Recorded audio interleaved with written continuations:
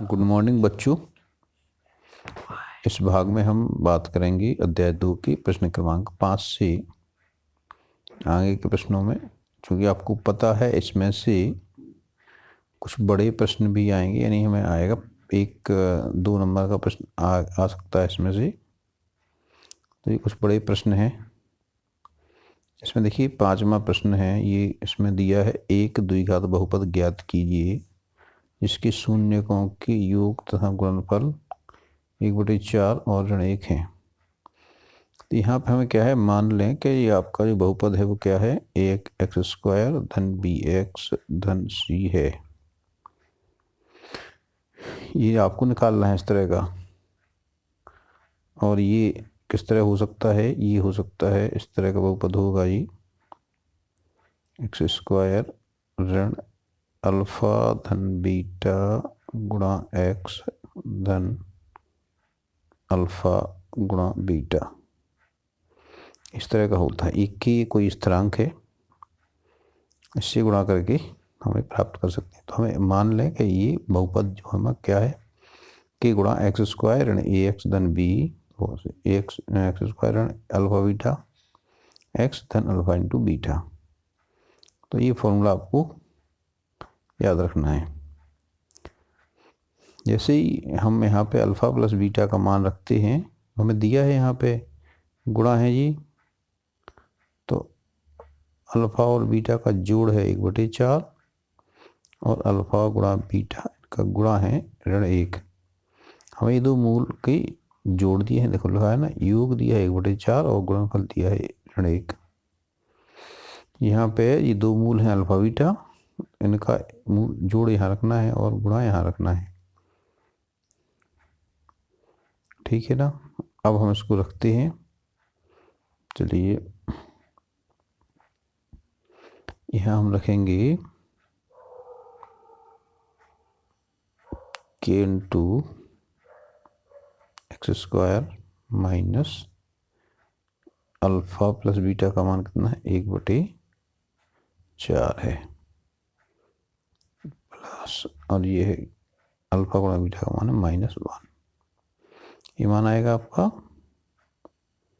ये कितना हो जाएगा, देखिए एक्स स्क्वायर ऋण 1/4 एक्स ऋण 1, ये क्या हो जाएगा, धन और ऋण का गुणा होगा तो ये ऋण हो जाएगा। अब देखिए यहाँ पे आपको लेना है लघुत्तम 4 का, आप लघुत्तम यानी एलसीएम लेंगे, 4 ही आएगा इधर, तो जो कि बटे 1 है। अब जब इसको सबके नीचे इसको हर को लाना पड़ा तो क्या करना पड़ता है, पता है ना, इसका भाग देंगे, 1 का 4 बार जाएगा, 4 गुणा यहाँ करेंगे जो हो जाएगा 4 एक्स स्क्वायर ऋण, यहाँ पे 1 बार जाएगा तो यहाँ पे 1 का गुणा करेंगे, यहाँ पे 4 बार जाएगा तो यहाँ पे हम 4 का गुणा करेंगे। इस तरह से मान प्राप्त हो जाएगा आपका एक्स स्क्वायर 4x स्क्वायर ऋण एक्स ऋण 4। हम यहाँ के बराबर 4 रख देंगे तो क्या हो जाएगा, यहाँ आप 4 रखेंगे तो ये कैंसिल हो जाएगा, 4 से 4 उत्तर आ जाएगा 4x स्क्वायर ऋण एक्स ऋण 4/4 और 4 से 4 कट जाएगा। आपका जो बहुपद होगा वो क्या आएगा, 4x स्क्वायर ऋण एक्स ऋण 4, ये आपका उत्तर आएगा। यहाँ पे आपको इतना ध्यान रखना है। यहाँ पे के का मान 4 क्यों रखा, क्योंकि ये जो के है वो यहाँ इसके नीचे होता तो दोनों को कैंसिल कर देते। कैसे, देखिए एक बार फिर से इसको देख लीजिए। इसको आप ऐसे ही लिख सकते हैं जैसे हमने लिखा, नहीं तो आप इस तरह भी इसको लिख सकते हैं, एक्स स्क्वायर धन बी एक्स धन सी, ये आपका होगा बराबर के गुणा x square minus alpha plus beta into x plus alpha beta. हम के को इधर ले आएंगे, के को ले आएंगे इधर, तो क्या हो जाएगा जी, x square plus b x plus c बटे के बराबर ये मान आ जाएगा एक्स स्क्वायर ऋण क्या आया था अपना 1/4x धन 1 ये आ गया था धन ऋण 1 था यहाँ पर ऋण 1।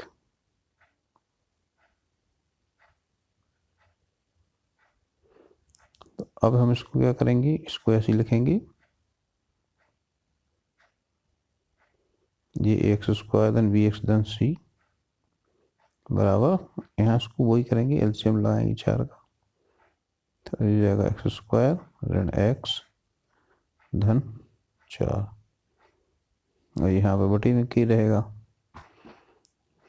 तो इसके बराबर ये आ जाएगा। तो ये हम क्या रख देंगे की बराबर 4 रख देंगे तो ये कट जाएंगे। इस मान आ जाएगा एक्स स्क्वायर ऋण एक्स धन 4। तो आप इसको सीधे सीधे वैसे ही लिख सकते हैं, कोई दिक्कत नहीं है। चलिए इस तरह दूसरा प्रश्न देख लेते हैं। ये दूसरा जो प्रश्न इसमें दिया हुआ है इसमें अल्फा प्लस बीटा का मान दिया हुआ है। आपको क्या दिया है √2 और 1/3। तो अल्फा प्लस बीटा का मान है √2, अल्फा गुणा बीटा का मान है इसमें 1/3। छठवां प्रश्न देख रहे हैं। इसमें समीकरण क्या हो जाएगा तुम्हारा एक्स स्क्वायर ऋण अल्फा धन बीटा टू एक्स धन अल्फा गुणा बीटा गुणा के ये होगा। अब इसमें ये मान रख लो क्या हो जाएगा एक्स स्क्वायर ऋण अल्फा धन बीटा की जगह रखें √2 अल्फा गुणा बीटा की जगह रखेंगे 1/3 बराबर है। अब यहाँ पे फिर क्या करना है वही फिर करिए, लघुत्तम लेना पड़ेगा तुम्हें।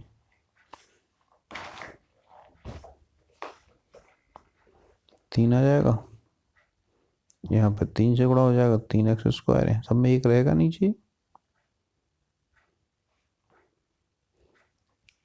तो 3 का भाग देंगे 1 में 3 आएगा इसका गुणा करना पड़ेगा 3x स्क्वायर। यहाँ पे भी 1 3 में जाएगा तो यहाँ पे भी 3 का गुणा हो जाएगा। यहाँ पे 1 बार जाएगा 3 में तो यहाँ पे 1 का गुणा होगा गुणा के यहाँ पे हम क्या रखेंगे के बराबर 3 रखेंगे क्योंकि हमको कैंसिल करना है इसको।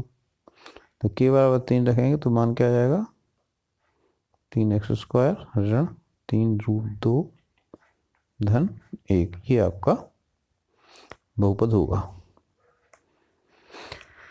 इस तरह से ये आपका उत्तर आ जाएगा। यहाँ पे क्या रखा आपने के बराबर 3 रखेंगे तो क्या होगा ये कट जाएंगे दोनों। यहाँ पे 3 रखेंगे और ये बटे में आपका 3 है पहले से 3 से 3 का गुणा करेंगे कट जाएगा। उत्तर आ जाएगा आपका 3x स्क्वायर ऋण 3√2x और चाहिए यहाँ पे 3√2x यहाँ भी x सब में कंट्रोल चलेगा धन 1 3x स्क्वायर ऋण 3√2x धन 1 ये उत्तर आ जाएगा। अगला प्रश्न देखो 7वां प्रश्न है। ये भी बिल्कुल वैसे ही करना है आपको। इसमें अल्फा प्लस बीटा का मान धन 1 है और अल्फा गुणा बीटा का मान भी धन 1 है। यहाँ भी आपको बिल्कुल सेम वैसे ही करना है। अल्फा प्लस बीटा बराबर 1 रखेंगे अल्फा गुणा बीटा बराबर भी 1 रखेंगे। तो यहाँ आपका बहुपद क्या हो जाएगा x square minus alpha plus beta two x plus alpha beta into के। यहाँ पर मान रखिए अल्फा प्लस बीटा का मान भी 1 है और अल्फा गुणा बीटा का मान भी 1 है। ये हो गया एक्स स्क्वायर ऋण एक्स धन 1। यहाँ पर देखिए यहाँ के का मान क्या रखेंगे आप, यहाँ पर कुछ नहीं काटना जरूरी नहीं है। तो यहाँ पर के का मान 1 रखने पर ये मान आ जाएगा एक्स स्क्वायर ऋण एक्स धन 1। ये उत्तर होगा एक्स स्क्वायर ऋण एक्स धन 1। ठीक है, समझ में नहीं आए तो पूछ लेना, फिर हम सीधी बता देंगे, लाइव क्लास में बता देंगे। आपको लगे कि समझ में नहीं आ रहा है तो आप हमें बता देना, तो अपन सीधे वीडियो कॉल करके इसको हल कर लेंगे। जी सारे सवाल है इसमें एक जैसे ही हैं। देखिए 8वें में क्या दिया है, इसमें अल्फा प्लस बीटा का मान ऋण 3 दिया है और अल्फा गुणा बीटा का मान 2 दिया है। अल्फा प्लस बीटा बराबर ऋण 3, अल्फा गुणा बीटा बराबर 2। इसका मान क्या निकलेगा, समीकरण ये होगा एक्स स्क्वायर ऋण अल्फा धन बीटा गुणा एक्स धन अल्फा गुणा बीटा गुणा के। क्या यही होगा ना, इसके मान रख दो। एक्स स्क्वायर ऋण अल्फा धन बीटा कितना है, ऋण 3 है। यहाँ बस चिन्ह का आपको ध्यान रखना है, अगर ऋण है तो हम इसको, ये चूंकि यहाँ ऋण है सूत्र में, तो आपको कोष्टक में ऋण 3 रखेंगे, धन ये धन 2 है, तो कोई दिक्कत नहीं है। अब ये देखिए यहाँ पे ऋण और ऋण का गुणा होगा, तो ये क्या हो जाएगा, धन हो जाएगा, तो धन 3x धन 2। यहाँ पे नीचे कोई राशि नहीं आई तो हम यहाँ क्या रखेंगे, के का मान 1 रख देंगे, तो ये उत्तर हो जाएगा तुम्हारा क्या, एक्स स्क्वायर धन 3x धन 2। ये आपका समीकरण हो जाएगा, समीकरण ये आपको बहुपद हो जाएगा, ये उत्तर है आपका।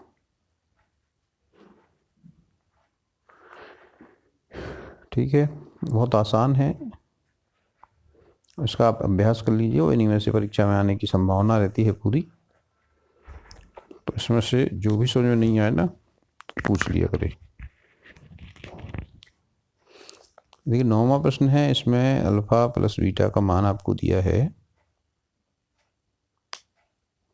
ऋण 1/4 और अल्फा गुणा बीटा का मान दिया है धन 1/4। इसमें भी वही फॉर्मूला लगाइए, x square minus alpha plus beta into x plus alpha into beta और पूरे के का गुणा कर दीजिए। देखिए मान रखेंगे आप यहाँ पे, अल्फा प्लस बीटा का मान है ऋण 1/4। यहाँ भी वही ध्यान रखना है आपको, कोष्ठक के अंदर रखेंगे ऋण की राशि होगी तो, और ये धन 1/4 अल्फा गुणा बीटा।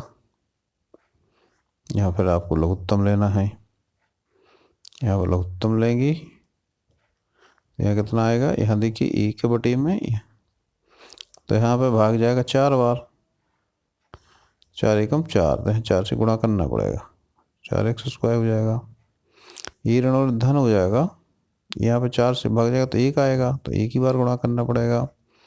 यहाँ पे अभी 4 से भाग देंगे तो 1 आएगा, यहाँ पे 1 बार गुणा करना पड़ेगा। अब हम यहाँ पे क्या करेंगे, के बराबर 4 रखेंगे, तो देखिए 4 से 4 कट जाएगा, उत्तर आएगा 4x स्क्वायर धन x धन 1। ये आपका उत्तर हो जाएगा, 4 स्क्वायर धन x धन 1, ये आपका आंसर हो जाएगा। इसी तरह से अब हम अगले प्रश्न को देखते हैं। इसमें 10वें में आपको यहाँ क्या दिया है, गुणनफल दिया 4 और योगफल दिया 4 और गुणनफल दिया 1। यहाँ पे भी अल्फा प्लस बीटा बराबर 4 और अल्फा गुणा बीटा बराबर 1। फिर वही सूत्र रखेंगे, x square minus alpha plus beta into x plus alpha into beta two के। वैल्यू क्या हो जाएगी इसकी, मान रखिए माइनस अल्फा प्लस बीटा की वैल्यू कितनी है, 4, हो जाएगा 4x, अल्फा इंटू बीटा है 1, हो जाएगा 1। यहाँ पर भी हर में कुछ नहीं है तो इसलिए हम यहाँ के बराबर 1 रखेंगे,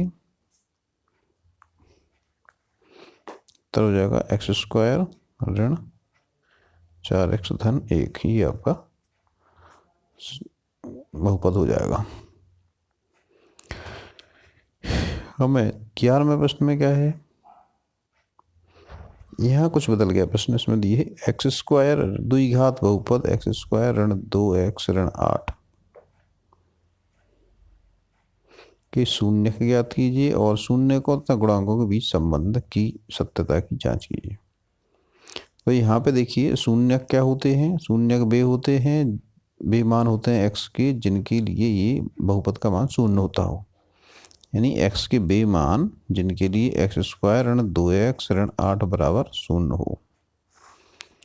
तो हम इसको हल करेंगे तो बहुपद के शून्य प्राप्त हो जाएंगे। और दूसरा संबंध कौन से देखना है, संबंध आपने पहले पढ़े ही हैं, अल्फा प्लस बीटा बराबर ऋण बी बटे ये होता है और अल्फा गुणा बीटा बराबर सी बटे ये होता है। हमें ये सिद्धांत से ये आपको संबंध सिद्ध करना है। तो यहाँ पे देखिए ये इसकी तुलना कैसे करेंगे हम, a x square plus b x plus c, इससे तुलना करेंगे बहुपद की। तो यहाँ पे ए बराबर क्या है 1, बी बराबर है ऋण 2 और सी की जगह पे है ऋण 8। तो हमें ये मान रखेंगे, पहले शून्य निकालेंगे फिर इनको सत्य सिद्ध करेंगे। अब देखिए सबसे पहले हम क्या करते हैं, इनके शून्य ज्ञात करते हैं। चलिए कैसे निकालना है शून्य, एक्स स्क्वायर ऋण 2x ऋण 8 बराबर रखेंगे शून्य। तो हम इस समीकरण बन गया, द्विघात समीकरण हो गया। अब इसको हल करेंगे। इसको हल करने की विधि है गुणनखंड विधि है, सबसे आसान विधि है। गुणनखंड करने के लिए हमें क्या करना होता है, हम इस मध्य पद को दो भागों में बांटना होता है। इसके लिए दो चीजें ध्यान रखना है आपको। ए गुणा सी जो राशि निकलती है उसके ऐसे दो टुकड़े करना है आपको जिनका जोड़ मध्य पद के बराबर हो, यानी हमें पहला पद और आखिरी पद इनका गुणा करके एक राशि निकलेगी, उसको हमें ऐसे दो भागों में बांटना है एल और एम में, जिनका जोड़ बीच का भाग हो, बी हो जैसे। तो यहाँ देखो यहाँ पे 1 है और यहाँ 8 है ऋण की, तो 1 गुणा ऋण 8 क्या हो जाएगा, गुणा तो ऋण 8 आएगा। अब जोड़ चाहिए कितना, ऋण 2। तो ऐसी कौन सी संख्या है जिनका गुणा तो ऋण 8 हो और जोड़ हो ऋण 2। अब हम देखो देखते हैं ऐसी संख्याएं क्या क्या हो सकती। ऋण 8 बराबर क्या क्या हो सकता, ऋण 1 गुणा 8 हो सकता, इनका जोड़ तो 2 हो नहीं सकता। अब हम यहाँ पे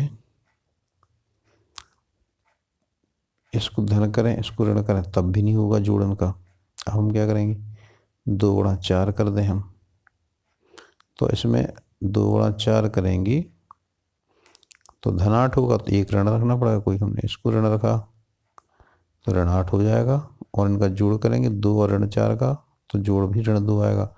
तो हमें क्या रखना है, जी सही है आपका, क्या रखना है, धन के 2 और ऋण के 4, तब ये मान आपका सही होगा। तो अब आप जो तोड़िए दो भागों में, तो क्या आ जाएगा आपका, धन के 2 करना है और ऋण के 4 करना है। तो अब मान देखिए कि कैसे आएगा, इसको ये हो जाएगा एक्स स्क्वायर ऋण 4x धन 2x ऋण 8 बराबर 0, ये हो जाएगा।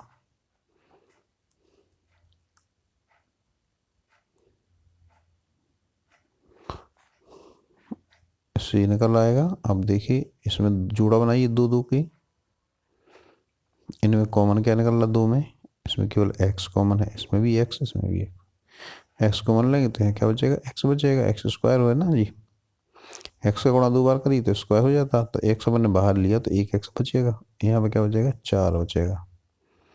समझ रहे ना, x से गुणा x में करिए तो x स्क्वायर हो गया, x से गुणा 4 में करेंगे तो 4x हो गया। यहाँ पे देखिए किसका भाग जाता है, दोनों में, 2 का भाग दोनों में चला जाएगा। देखिए 2 का गुणा यहाँ पे x में, यहाँ x बचेगा, यहाँ पे क्या बचेगा, 2 का भाग 8 में करेंगे तो 2 चौको 8 से गुणा करेंगे तो 8 आ जाएगा, इस तरह बचेगा ये। तो यहाँ पे देखिए क्या आ गया, x ऋण 4 देखिए दोनों में आ रहा ना, यहाँ भी x ऋण 4 है, यहाँ भी x ऋण 4 है, तो ये कॉमन हो जाएगा, यहाँ बचेगा x और यहाँ बचेगा धन 2। अब किन्हीं दो राशियों का गुणा शून्य है, इसका मतलब क्या है, या तो ये शून्य है या फिर ये शून्य है, माने या तो x ऋण 4 बराबर शून्य है या x धन 2 बराबर शून्य है। अब ये शून्य है तो इसका मतलब क्या है, x बराबर 4, इधर जाएगा तो धन में हो जाएगा, और या फिर x बराबर ऋण 2, ये इधर पहुंचेगा तो ऋण में आ जाएगा। तो इस तरह से इसकी दो क्या निकला है, शून्य, क्या निकली, दो शून्य, x बराबर 4 और x बराबर ऋण 2। अब हमें क्या सिद्ध करना है, इसके संबंधों को सिद्ध करना है। कैसे सिद्ध करेंगे ये संबंध, फिर देखिए अपने उत्तर क्या निकली, x बराबर ऋण 4, x बराबर 4 और x बराबर ऋण 2, ये निकली दो मान। तो अल्फा बराबर हो गया आपका 4 और बीटा बराबर आ गया ऋण 2। और यहाँ पे जो समीकरण दिया है इसमें a square plus b square plus c से तुलना करेंगे, x square plus b x plus c से इसकी तुलना करो तो ए की जगह पे कितना है, यहाँ पे देखिए ए की जगह पे है 1, बी की जगह पे है ऋण 2 और सी की जगह पे है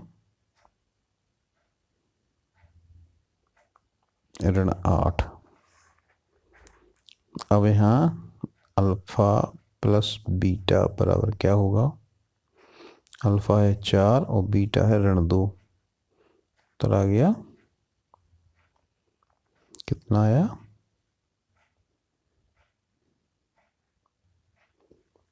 4 और ऋण 2, इसको जोड़ेंगे तो क्या आएगा, धन 2। और देखिए यहाँ पे b बटे ए कितना है, आपको चाहिए ऋण b बटे ए, तो ऋण लगाइए, फिर b है 2, कौन सा ऋण 2 और a है 1, तो ये मान भी कितना निकल आया, ऋण और ऋण धन हो जाएगा, गुणा करेंगे तो ये 2 निकला। तो ये दोनों मान एक से हो गए,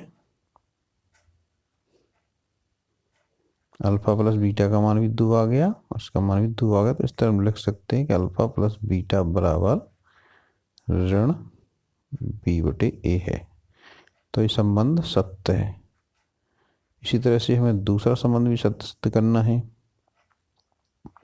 दूसरा संबंध है अल्फा गुणा बीटा बराबर सी बटे ए। तो यहाँ अल्फा गुणा बीटा मान दिए 4 गुणा ऋण 2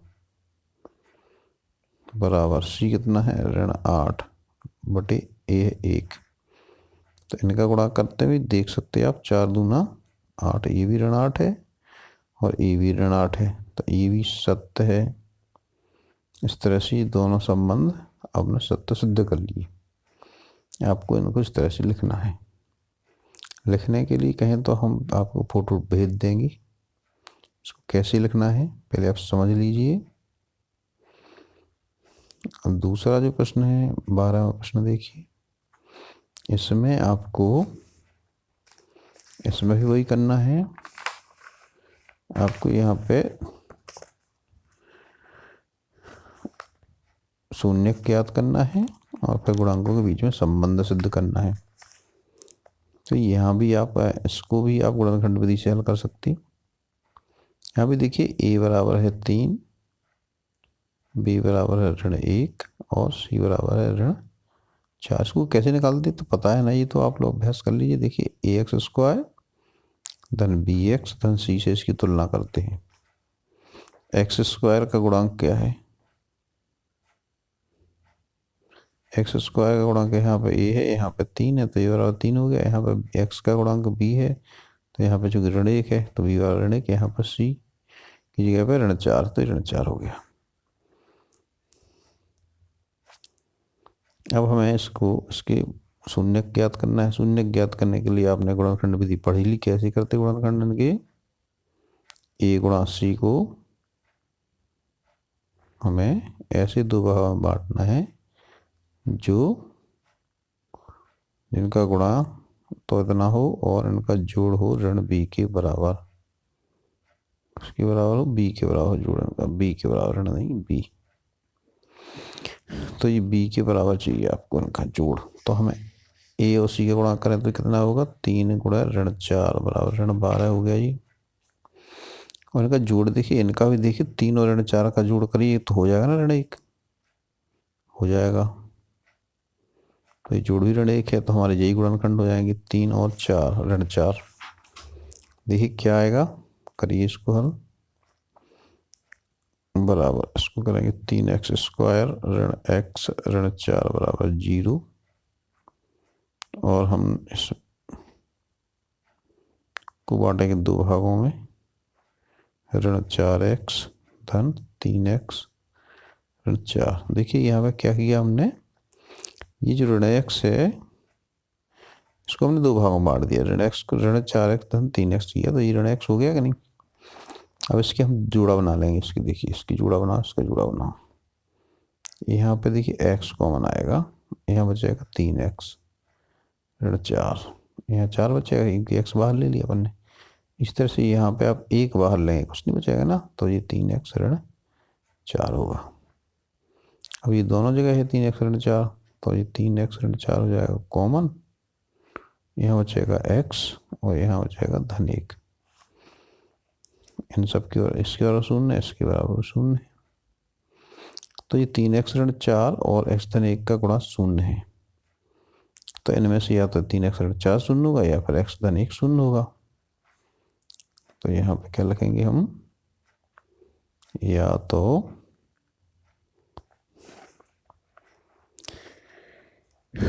3x ऋण 4 बराबर 0 है, या x धन 1 बराबर 0 है। यदि 3x ऋण 4 बराबर 0 है तो 3x बराबर होगा 4 और x बराबर होगा धन 1 है तो x बराबर ऋण 1 हो जाएगा, या फिर x बराबर कितना होगा 4/3। तो यहाँ पे 2 मान हो गए, एक मान लो अल्फा 4/3 और बीटा हो गया ऋण 1। इस तरह से 2 मान हमें ज्ञात हो गए, 4/3 और ऋण 1। अब हम इनकी संबंधों की सत्यता सिद्ध करेंगे। संबंध क्या होते हैं, अब अल्फा धन बीटा बराबर क्या आ गया, 4/3 धन ऋण 1। इसको हल करिए तो कितना आता है, 4, यहाँ पर लघुत्तम आ जाएगा, 3 से 3 एक बार जाएगा तो 4 एकम 4 ऋण, यहाँ पे 3 बार जाएगा, 3 एकम 3, तो 3 गुणा ऋण 1 में करें तो ऋण 3 हो जाएगा। उत्तर आएगा 1/3। अब हम ऋण b/a करें, क्या होता है, ऋण b का मान कितना होगा, देखिए ऋण और b का मान है ऋण 1 और a का मान है 3, तो ये मान भी कितना हो गया, ऋण गुणा ऋण करो तो धन 3। अब देखिए दोनों मान बराबर चल रहे, इस तरह से हम कह सकते हैं कि अल्फा धन बीटा बराबर ऋण b/a। संबंध कैसा है, सत्य है। अब इससे दूसरा संबंध सिद्ध करें। दूसरा संबंध क्या था, अल्फा गुणा बीटा बराबर c/a। अल्फा तो आपको 4/3 मिल गया और बीटा है ऋण 1, तो इनका गुणा करो, ये हो जाएगा ऋण 4/3। अब c/a निकालो, c का मान है ऋण 4 और a का मान है 3, तो ये भी उत्तर c/a बराबर क्या आ गया, ऋण 4/3। अब देखिए दोनों मान बराबर हैं, तो हम कह सकते हैं कि अल्फा गुणा बीटा बराबर c/a भी सत्य है, ये भी सत्य है। तो ये दोनों संबंध सत्यापित हो गए। इसी तरह से 13वां क्वेश्चन है, इसमें भी आपको यही काम इसमें करना है। 13वें में यहाँ भी आप अल्फा बीटा के मान निकालेंगे, यहाँ भी गुणनखंड से निकालेंगे। देखिए यहाँ पे a बराबर कितना हो जाएगा 1, b बराबर 7 और c बराबर 10।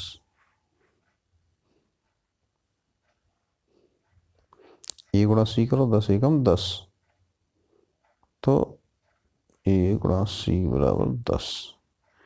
10 के ऐसे 2 टुकड़े करना है कि 7 हो जाए इनका जोड़। कैसे करोगी? 10 को हम कैसे कैसे बांट सकते? दोनों सब धन में, तो धन में ही रहेंगे अब तो जी।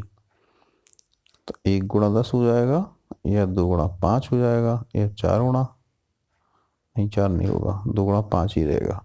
अच्छा 2 और 5 का जोड़ क्या करेंगे? ये भी 10 आएगा, तो अब मिल गया हमें। हमें बांटना है इसको 2 और 5 में, तो उसको बांट लेंगे। एक्स स्क्वायर धन 7x धन 10 बराबर 0। हमने 7 को बांटा 2 भागों, कौन कौन में है? 2x धन 5x धन 10 बराबर 0। तो 2 की जोड़ा बना लीजिए। आपने 9th में ही पढ़ा होगा ये सब। यहाँ पे x कॉमन आएगा, यहाँ हो जाएगा एक्स स्क्वायर धन 2। यहाँ पे देखिए 5 कॉमन आएगा, दोनों 5 का भाग इसमें भी ज़्यादा, इसमें भी चला जाएगा, तो x धन 2 बराबर 0। इसमें देखिए सॉरी x धन 2 है, एक्स स्क्वायर नहीं है यहाँ पे, x धन 2 और यहाँ पे x बचेगा, यहाँ पे धन 5 बचेगा। ये आ गया आपका x धन 2 गुणा x धन 5 बराबर 0 गुणनखंड हुआ है। अब दोनों का गुणा 0 है, मतलब इसमें से या तो j 0 है या फिर ये दूसरा 0 है। तो उसको देखते x धन 2 बराबर 0 है या x धन 5 बराबर 0 है। या तो x धन 2 बराबर 0 है या x धन 5 बराबर 0 है।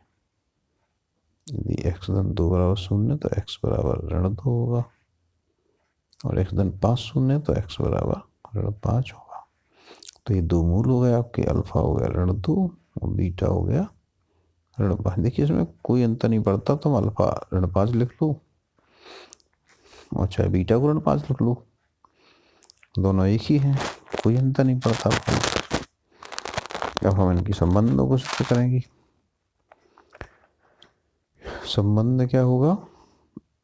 प्रभावी संबंध देखिए, यहाँ पे a बराबर कितना है 1, b बराबर 7 और c बराबर 10। अल्फा धन बीटा कितना आया? ऋण 2 धन ऋण 5, ये मान हो गया ऋण 7। अच्छा यहाँ पे आपको चाहिए क्या? b, ऋण b बटे a, तो होगा ऋण 7 बटे 1। तो ये दोनों बराबर हैं, सीधा लिख सकते हैं आप अल्फा प्लस बीटा बराबर ऋण b बटे a। संबंध सत्य है। इसी तरह से गुणनफल वाला भी आपको सत्य सिद्ध कर देना है। अल्फा गुणा बीटा बराबर होगा ऋण 2 गुणा ऋण 5, तो ये मान हो जाएगा 2 पंचे 10, ऋण और ऋण 10 धन हो जाएगा। सी बटे ये देखिए कितना आया, ये भी आएगा 10 बटे 1, ये भी 10 है, तो ये दोनों बराबर है। इस तरह से हम कह सकते हैं अल्फा गुणा बीटा बराबर सी बटे ए। इस तरह से ये सिद्ध हो गया। अब जो 14वां क्वेश्चन है ये भी इस तरह का है, इसको भी ऐसी गुणनखंड करके हल कर सकते हैं आप। देखिए यहाँ पे a बराबर 3 है, b बराबर 4 है, c बराबर ऋण 4 है। अब हम a और c का गुणा करेंगे तो 3 गुणा ऋण 4 हो जाएगा, ऋण 12। अब हमें टुकड़े कितने करना है जिसका मान 4 हो? ऋण 12 की 2 टुकड़े करना है जिसका मान 4 हो। तो कैसे करेंगे हम? ऋण 12 बराबर अपन क्या लिख सकते? 1 गुणा 12 लिख सकते, 1 गुणा ऋण 12 या 12 गुणा ऋण 1, तो ये तो होगा नहीं। आप 2 गुणा 6 लिख सकते। आप b बराबर धन 4, तो हमें धन वाला बड़ा चाहिए, तो ये धन वाला रहने दो, ये ऋण हो जाएगा ऋण 2 गुणा 6, तो 2 टुकड़े हो गए ऋण 2 और 6 धन 6। अब इसको देखिए 14 में होंगे ना, तो ये है आपका 3x स्क्वायर धन 4x ऋण 4 बराबर 0। इसको बांटा हमने 2 भागों में, तो देखिए धन का चाहिए बड़ा ऋण का चाहिए छोटा। धन में आएगा ना, धन की 6x, ऋण की 2x, तो बचेंगे धन की 4x। ऋण 4 बराबर 0। अब यहाँ पर जोड़ा बना लीजिए इनकी।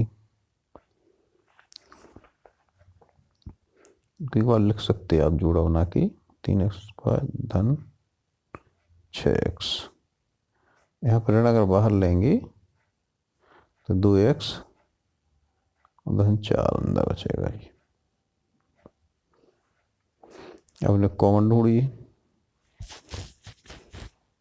यहाँ देखिए 3 कॉमन है, 3 दूनी 6 हो जाएगा, x भी कॉमन है तो ये यहाँ ले लेगी 3x कॉमन, ये हो जाएगा x बचेगा यहाँ पे, और 3 दूनी 6, तो यहाँ पर बचेगा केवल 2। यहाँ पर देखिए 2 कॉमन आ जाएगा, यहाँ बचेगा x और यहाँ बचेगा धन 2। अब देखो x धन 2 इस पद में भी है, इस पद में भी है, तो ये कॉमन आ जाएगा, तो जाएगा x धन 2 गुणा, यहाँ पे बचेगा 3x, यहाँ बचेगा ऋण 2 बराबर 0। देख गुणनखंड हो गए, 3x ऋण 2 और x धन 2। अब इनमें से या तो x धन 2 शून्य होगा या फिर 3x ऋण 2 शून्य होगा। तो एक लिया अपने x धन 2 बराबर 0 या 3x ऋण 2 बराबर 0। यदि ये शून्य तो x बराबर हो जाएगा ऋण 2, या फिर ये शून्य तो 3x बराबर धन 2, तो x बराबर 2/3। इस तरह से 2 मान हो गए, अल्फा बराबर ऋण 2 और बीटा बराबर ऋण 2/3। ऋण में नहीं है, धन में ही है ये ना। बीटा बराबर 2/3 और अल्फा बराबर ऋण 2। अब हमें ये संबंध सिद्ध करना है, तो यहाँ पे संबंध सिद्ध करना है। क्या क्या है, अल्फा बराबर तो आया आपका ऋण 2, बीटा बराबर आया 2/3। अब सिद्ध करना है अल्फा धन बीटा बराबर क्या होगा, ऋण 2 धन 2/3 का मान क्या निकलेगा, यहाँ पे 3 लघुत्तम आएगा, ये 3 दूनी 6 धन 2 बराबर होगा ये ऋण 4/3।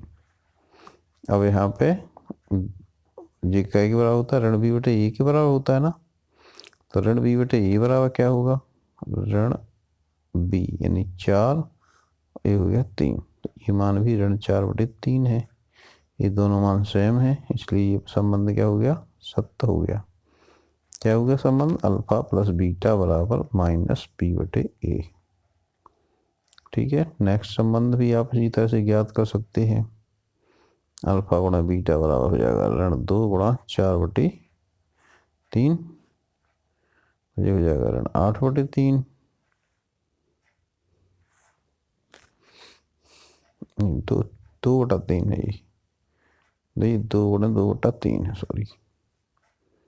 यहाँ पे अल्फा का मान कितना था, 2/3, और बीटा का मान था ऋण 2। उल्टा हो गया ना, हाँ, ये हो गया बीटा और ये हो गया अल्फा। कुछ भी लिख सकते हैं आप यहाँ पे, अल्फा बराबर ऋण 2, बीटा बराबर 2/3। गुणा करना है अल्फा गुणा बीटा, तो ये ऋण 2 गुणा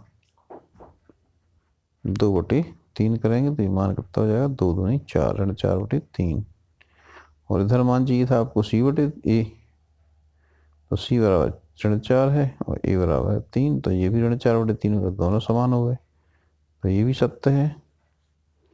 तो ये संबंध भी आपका सत्य है कि अल्फा गुणा बीटा बराबर c/a होता है। इस तरह से ये दोनों संबंध सत्य हो गए। लास्ट है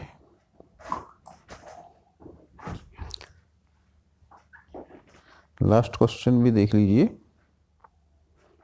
इसमें है 5t² धन 12t धन 7। इसमें भी देखिए e बराबर 5 है, b बराबर 12 है और c बराबर 7 है। इसके भी हमें 5 गुणा 7 करना पड़ेगा, 5 सते 35। 35 के ऐसे गुणनखंड करना है कि जिनका जोड़ क्या हो, 12 हो। तो इन्हीं का 12 हो जाता जोड़, तो 5 और 7 12 कर दो, हो जाता ना। तो ये सीधा सीधा यही है, 5 और 7 में आपको बांट देना है, बांटिए। उत्तर हो जाएगा ये 5t² धन 12t धन 7 बराबर 0। 12 है, ये क्या लिखा है, 12t, ये हो जाएगा 7 है, तो ये हो जाएगा 5t² धन 5t धन 7t धन 7 बराबर 0। यहाँ पे 2 के जोड़ा बन जाएंगे आपकी, 5 कॉमन आएगा, यहाँ पर t कॉमन आ रहा है, तो ये 5, यहाँ पर t बचेगा केवल, यहाँ पे केवल 1 बचेगा, यहाँ पे 7 बचेगा, यहाँ t बचेगा, यहाँ पे 1 बचेगा। ये हो गया। यहाँ पर देखिए t धन 1 दोनों में आ गया, दोनों पदों में, तो ये t धन 1 कॉमन आ जाएगा, यहाँ बचेगा 5t, यहाँ बचेगा 7। अब इसमें या तो t धन 1 बराबर 0 होगा या 5t धन 7 बराबर 0 होगा।